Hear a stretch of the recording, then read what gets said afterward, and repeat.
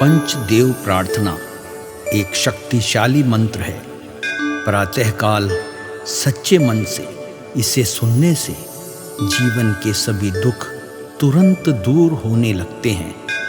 पंचदेव प्रार्थना को प्रतिदिन सुनने से जीवन के असंभव कार्य भी संभव हो जाते हैं। तो आइए सुनते हैं यह पंचदेव प्रार्थना। गजाननं भूतगणादिसेवितं कपित्थजम्बूफलचारुभक्षणम् उमासुतं शोकविनाशकारकम् नमामि विघ्नेश्वर पादपङ्कजम्। कर्पूरगौरं करुणावतारं संसारसारं भुजगेन्द्रहारं सदा वसन्तं हृदयारविन्दे भवं भवानी सहितं नमामि। शान्ताकारं भुजगशयनं पद्मनाभं सुरेशं विश्वाधारं गगनसदृशं मेघवर्णं शुभांगं लक्ष्मीकान्तं कमलनयनं योगिभिर्ध्यानगम्यं वन्दे विष्णु भवभयहरं सर्वलोकैकनाथम्।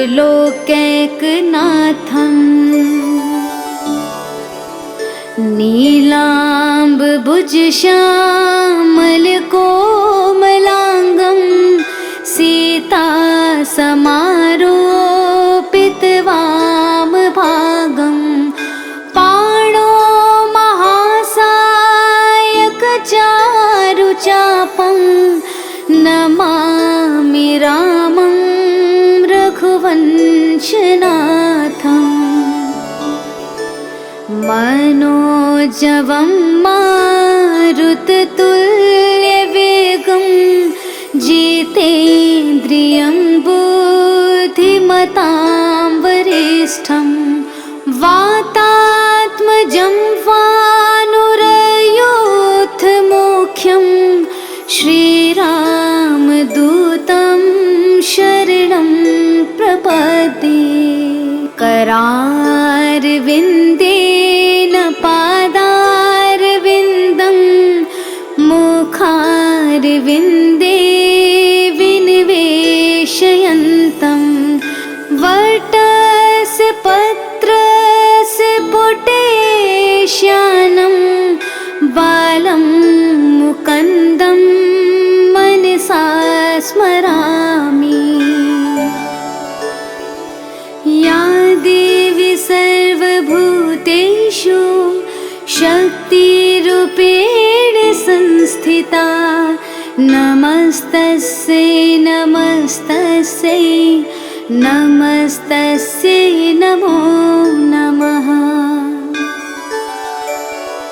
नीलाञ्जनासमाभासं रविपुत्रं यमाग्रजं छायामार्तण्डसम्भुतं तं नमामि शनैश्चरम्। गजाननं भूतगणादिसेवितं कपित्थजम्बूफलचारुभक्षणम् उमासुतं शोकविनाशकारकम् नमामि विघ्नेश्वर पादपङ्कजम्। कर्पूरगौरं करुणावतारं संसारसारं भुजगेन्द्रहारं सदा वसन्तं हृदया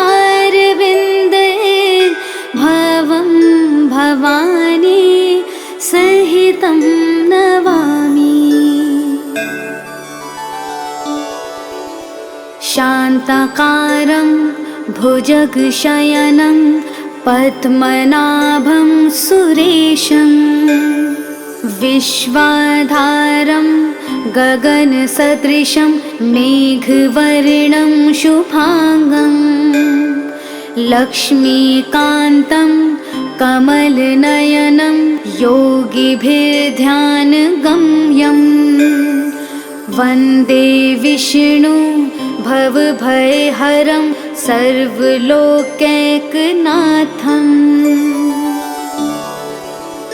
नीलाम्बुजश्यामलकोमलाङ्गं सीतासमारोपितवामभागं पाणो महासायकचारुचापं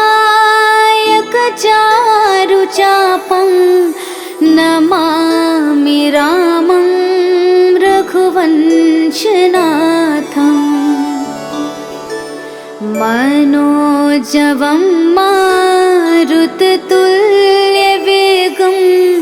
जितेन्द्रियं बुद्धिमतां वरिष्ठं वातात्मजं वानुरयोधमुख्यं श्रीरामदूतं शरणं प्रपद्ये करारविन्देन पादारविन्दं मुखारविन्दे विनिवेशयन्तं वटस्य पत्रस्य पुटेश्यानं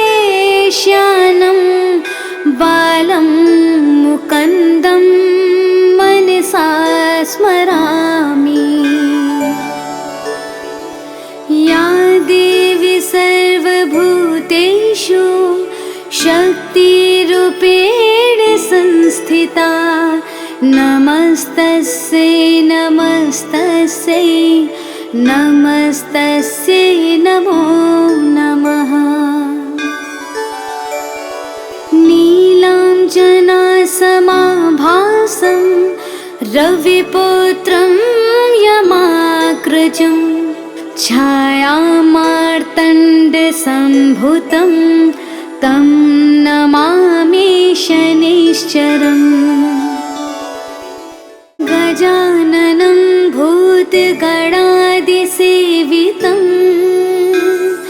कपित्थजम्बूफलचारुभक्षणम् उमासुतं शोकविनाशकारकं नमामि विघ्नेश्वरपादपङ्कजम्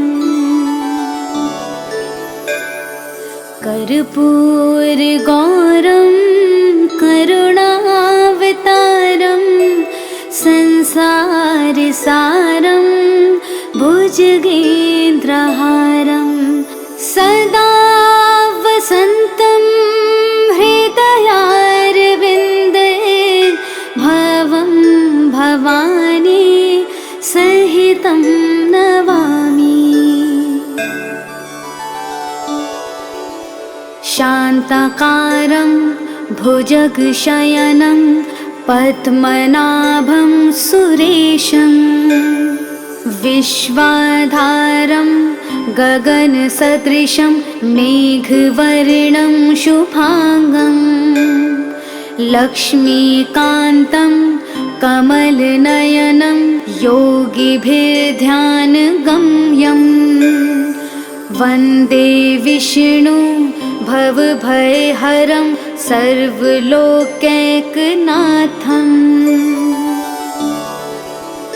नीलाम्बुजश्यामलकोमलाङ्गं सीतासमारोपितवामभागं पाणो महासायकचारुचापं नमामि रामं रघुवंशनाथम्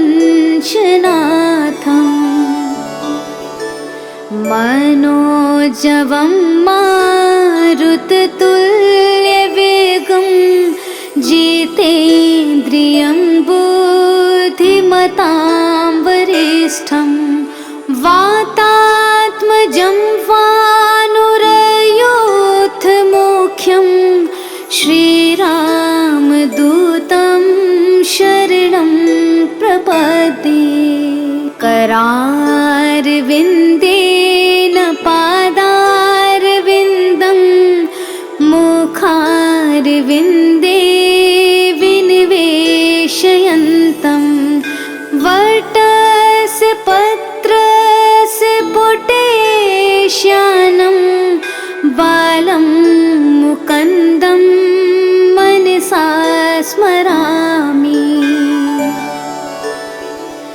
या देवी सर्वभूतेषु शक्तिरूपेण संस्थिता नमस्तस्यै नमस्तस्यै नमस्तस्यै नमो नमः। नीलाञ्जनासमाभासं रविपुत्रं यमाग्रजं छायामार्तण्डसम्भूतं तं नमामि शनैश्चरम्। गजाननं भूतगणादिसेवितं कपित्थजम्बूफलचारुभक्षणम् उमासुतं शोकविनाशकारकं नमामि विघ्नेश्वरपादपङ्कजम्। कर्पूरगौरं करुणावतारं संसारसारं भुजगेन्द्रहारं सदा वसन्तं हृदयारविन्दे भवं भवानी सहितं नमामि।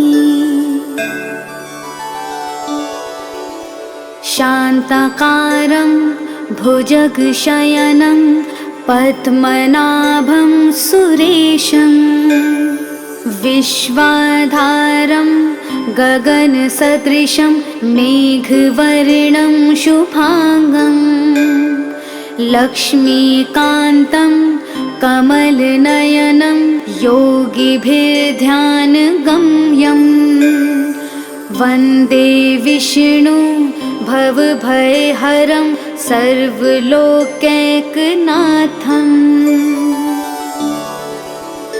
नीलाम्बुजश्यामलकोमलाङ्गं सीतासमारोपितवामभागं पाणो महासायकचारुचापं नमामि रामं रघुवंशनाथम्।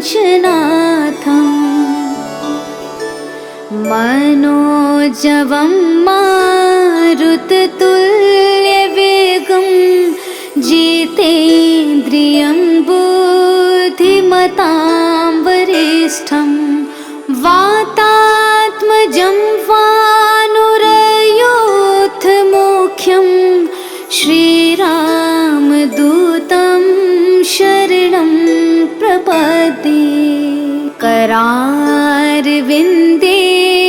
पादारविन्दं मुखारविन्दे विनिवेशयन्तं वटस्य पत्रस्य पुटेश्यानं बालं मुकुन्दं मनसा स्मरामि। या देवी सर्वभूतेषु शक्तिरूपेण संस्थिता नमस्तस्यै नमस्तस्यै नमस्तस्यै नमो नमः। नीलाञ्जनासमाभासं रविपुत्रं यमाग्रजं छायामार्तण्डसम्भुतं तं नमामि शनिश्चरम्। गजाननं भूतगणादिसेवितं कपित्थजम्बूफलचारुभक्षणम्। उमासुतं शोकविनाशकारकम् नमामि विघ्नेश्वर पादपङ्कजम्। कर्पूरगौरं करुणावतारं संसारसारं भुजगेन्द्रहारम्।